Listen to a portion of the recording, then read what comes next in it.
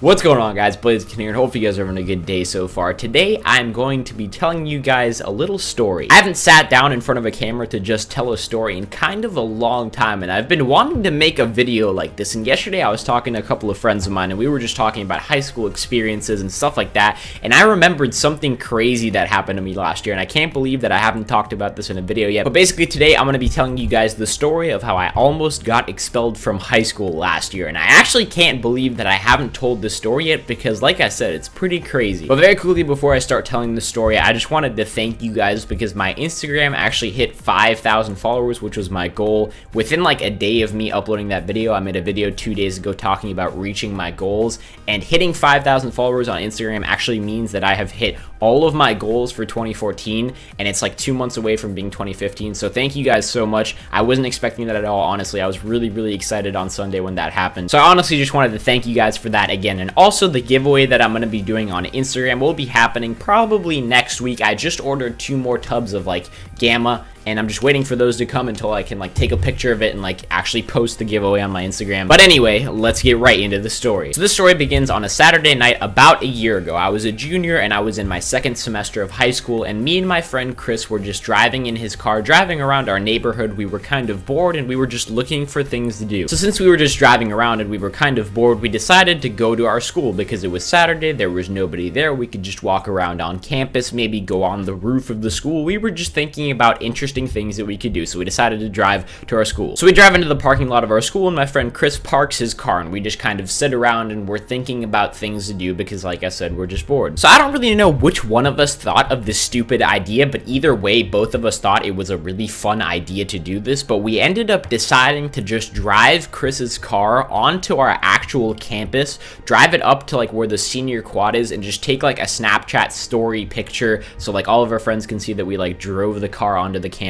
And that itself wasn't really that big of a deal. I mean, it was a stupid idea to do that, but that wasn't really a big deal at all. Like, cars would drive onto our campus often, like a lot, to just drop off supplies and stuff like that. There was like an actual road that you could drive like onto the middle of our school with a car. And so that's what we did. It was about 7 at night. The sun was just starting to go down, and we thought that we were the only ones on the whole entire campus and that we could just easily, you know, drive in, just take a like quick little video and be done with it. So I got out of the car and I was getting ready to take my video when out of nowhere, one of our campus supervisors appears, and he was pissed off. He was yelling at us. He was telling me to get back in the car. He was telling Chris to like drive off of campus, that we can't be doing this. He said that he would call the cops. He was just really mad. So we were like, all right, screw this. We're getting out of here. So we drove off of campus, and that was that. So you see, no big deal, right? Wrong. Very big deal. And as our luck would have it, that night, our whole school got vandalized. A bunch of people went onto the campus at night and spray painted a bunch of really offensive, racist, homophobic things all around our campus, painting doors and all this random stuff. It was really bad. It was like a really bad, offensive vandalism. And by the way, I just remember that all of this went down on a Sunday, not a Saturday, because I remember going to school the next day and seeing all of the graffiti still everywhere. So I get to school in the morning and I think to myself, well, oh shit, this sucks. Like, my school got vandalized, but I didn't really think very much of it, and I just went to class as usual. And then about 10 minutes into my first period, the same campus supervisor that caught me and my friend on Sunday night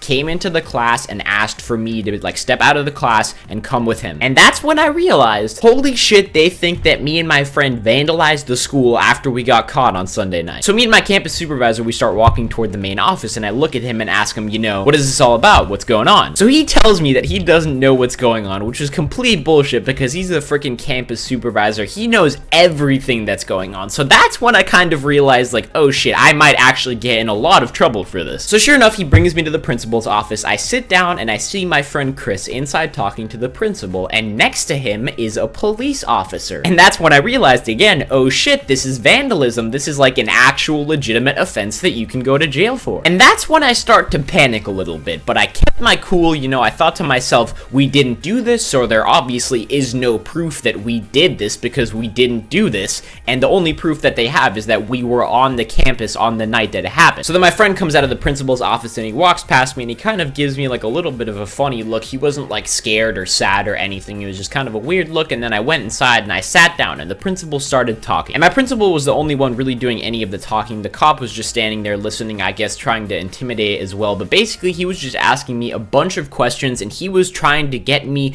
to confess to doing the vandalism. So he's asking me all these questions about what I was doing that night, where I was going, and that I was seen on campus. And then he tells me that this was an actual like legitimate criminal investigation, that me and my friend were the #1 suspects because we were the only ones seen on campus on that night. And then he tells me the consequences. He says I could get fined a lot of money for doing this, I could get suspended, and I can even get expelled for doing this because it's such a like a heinous crime. And a lot of the stuff that were spray painted, vandalized on our school were really offensive and very homophobic, racist stuff that were just like graffitied on the walls. So I could understand the consequences because this was a very serious offense. But like I said, guys, me and my friend Chris had absolutely nothing to do with it. We were just kind of at the wrong place at the wrong time. But my principal was not having it. He was really trying to get me specifically to confess to doing it. So we continued to talk for the rest of the period, and I kept telling them that I had nothing to do with the vandalism, that we just were on school campus at that time, and that we left and that we never came back. And at the end of the period, they told me that they didn't have enough proof to like prove that it was us. And I think that they believed that it wasn't us, but since we were the only suspects in this investigation, they kept it open and they did ask us to come in one more time. But so about a week after that, they were able to catch the people who actually did it, and the way they caught them is just ridiculous. And I actually feel really bad for these guys. These were high school seniors at my school, so they